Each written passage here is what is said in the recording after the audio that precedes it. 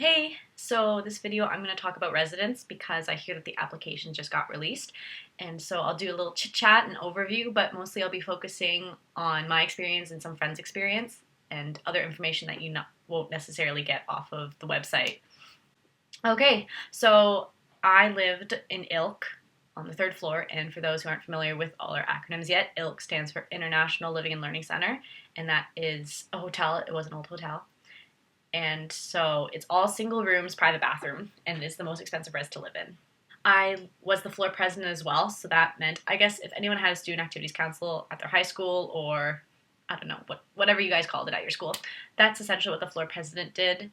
And so they'd help organize events as a community, like after Frosh, and hold cool things, just keep bonding and having a good time together. And so that was my responsibility for my floor. And each floor had their own president, so, I got exposed to a lot of different experiences, so that was nice, and I'll talk about those in this video. As for Pittman, that is a shared living space, like apartment style, quote unquote. So everyone it's like rooms adjoining to a common area, a kitchen, and then bathrooms down the hall for some people if you're in a single. Again, all these room styles can be looked up online, and I'll include some pictures from my room as well. And as for O'Keefe, that is a standalone house. It only has 30 people in it, and it's shared rooms, so like you would be physically sleeping in the same room as some people, and you do not have to be on a meal plan. That's the one big difference between O'Keefe, so you can do your own cooking versus having to buy from the cafeterias. Again, the cafeteria's not bad food. I'll talk about that in another video. Now for pros and cons of living in the residences. Again, I lived in ILK, and the major pro that I liked about ILK, and honestly, I wouldn't have chosen different, I loved living in ILK, was the fact that when you needed to have your own space, you could do that. I did not feel lonely at all, and I'll just talk about that a bit later on.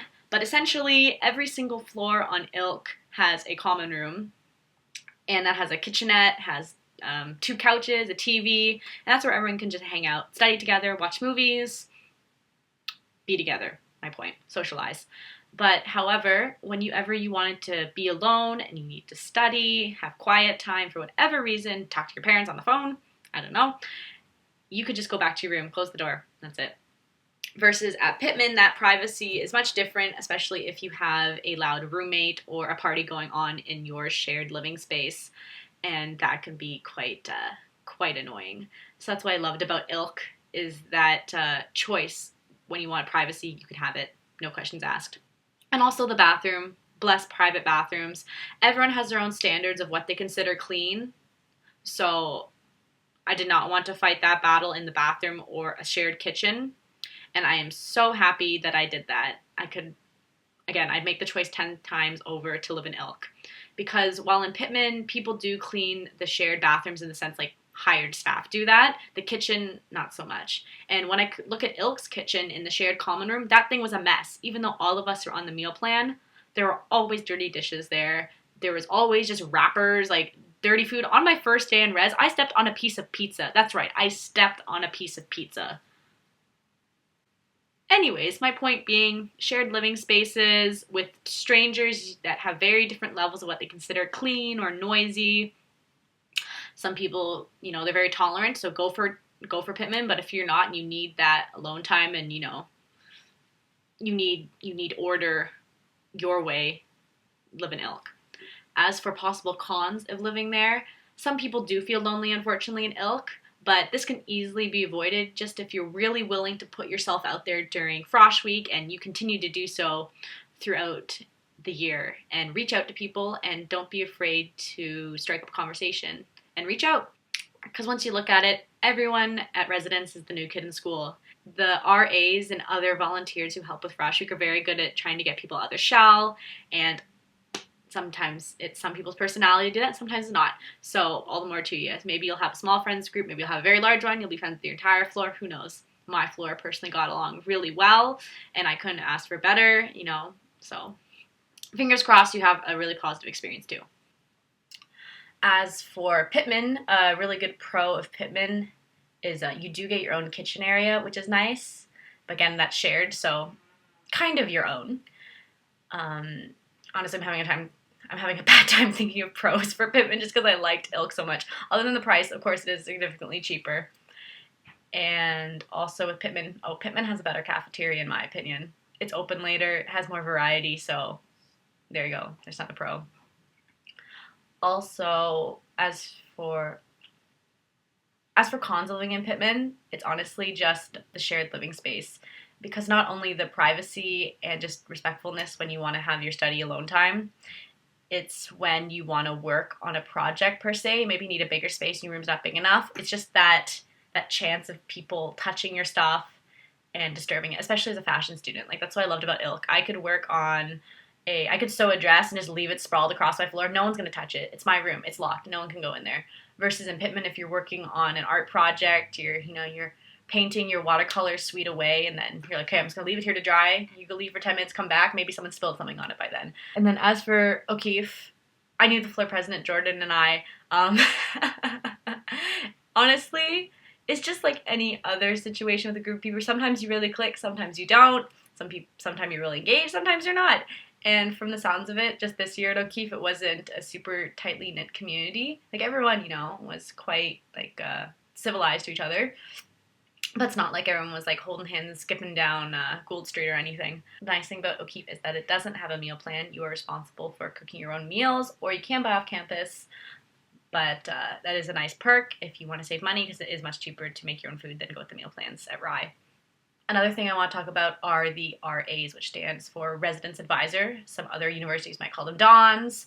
And they basically are just upper year students who are there to keep an eye on you, and just be a mentor and make sure you're adjusting to life okay at Res and at Rye in general.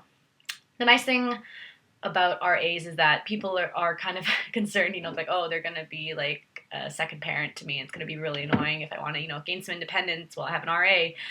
But honestly, they're upper year students. They've all been there too. They've been in first year, of course, and they know what it feels like to be away from home for the first time. So that's really nice to have.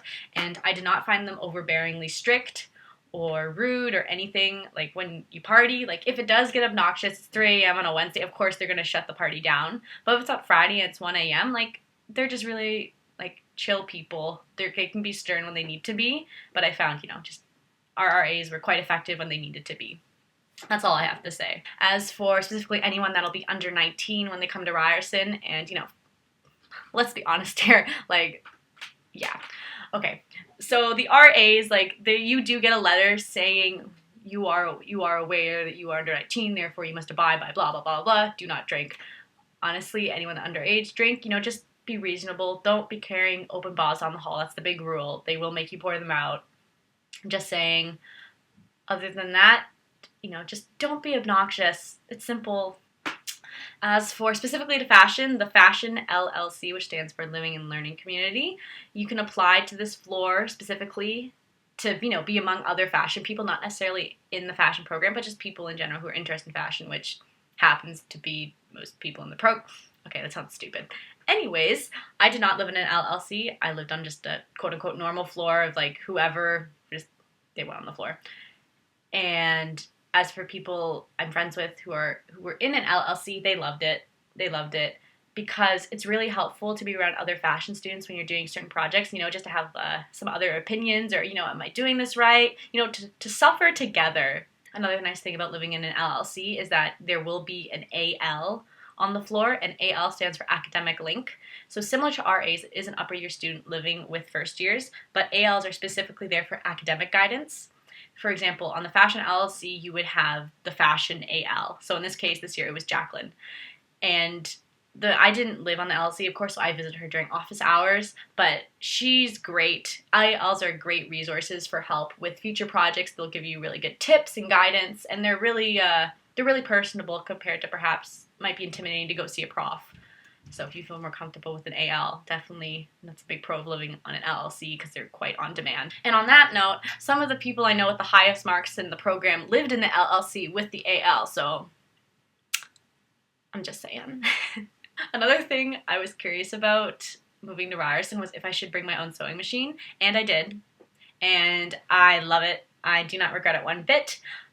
I do not regret this because I lived in Ilk, so I set up shop and this was my area. I could do whatever I want. No one's going to be touching my machine. And it was so beneficial because we do have our sewing labs, of course, and that's where you sew your projects. You only have 3 sewing projects throughout the entire year in your first year. And sometimes I just did not want to go to the lab, so I just sew at home on my on my domestic.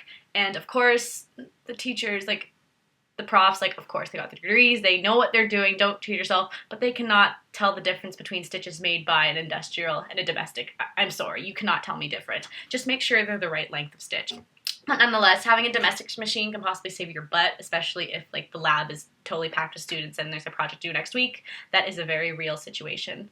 So it's very handy to bring your own machine.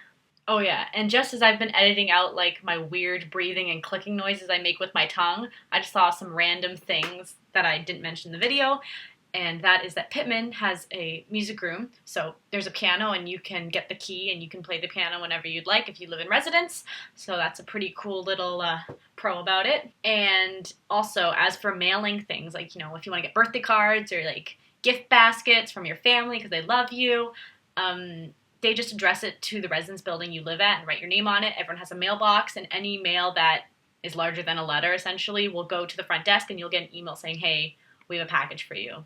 I'm just going to sit here. If I think of a third, just wait for it. Oh, yeah. All the furniture that's in your room, there's no place to store it. So if you don't like that ugly-ass wooden chair, too bad. There's nowhere to store it. So I just kind of chucked mine in the common room, but still. My point being, there's nowhere to take furniture out if you have brought things already. So don't bring a television, for example. They already have TVs in all the rooms at Ilk. And same with, they all have chairs. They all have a desk. So I'm just putting that out there. Okay, I'm going to wait for another thing to come to me. Oh yeah, another thing I just thought of too. Ilk, I hate their vacuums. Their vacuums are gross. Bring your own little vacuum. It'll be so helpful. Because, I'm just going to say it, on floor 3, we had a freaking bedbug epidemic. Yes, it was an epidemic. Like, 5 people got bedbugs. I wasn't one of them, luckily, and it sucked. And apparently, rumor has it, bedbugs were in the vacuums that you borrow from the front desk, and also they just sucked. So bring your own vacuum. Okay, I swear that's all. So I'll let you guys go. This was a really long video, but residence is a huge topic to cover. So if you have any questions, let me know about anything in this video, holler at your girl. If not, I'm going to be talking about things like your first week classes and frosh, which may answer some of those as well. So, see you on the internet, guys. I don't know why I'm so energetic in the morning, but maybe it's this new lighting. Also, just saying, I don't actually go to the University of Toronto. I'm not punking you. This is not my sweater. Anyways, bye.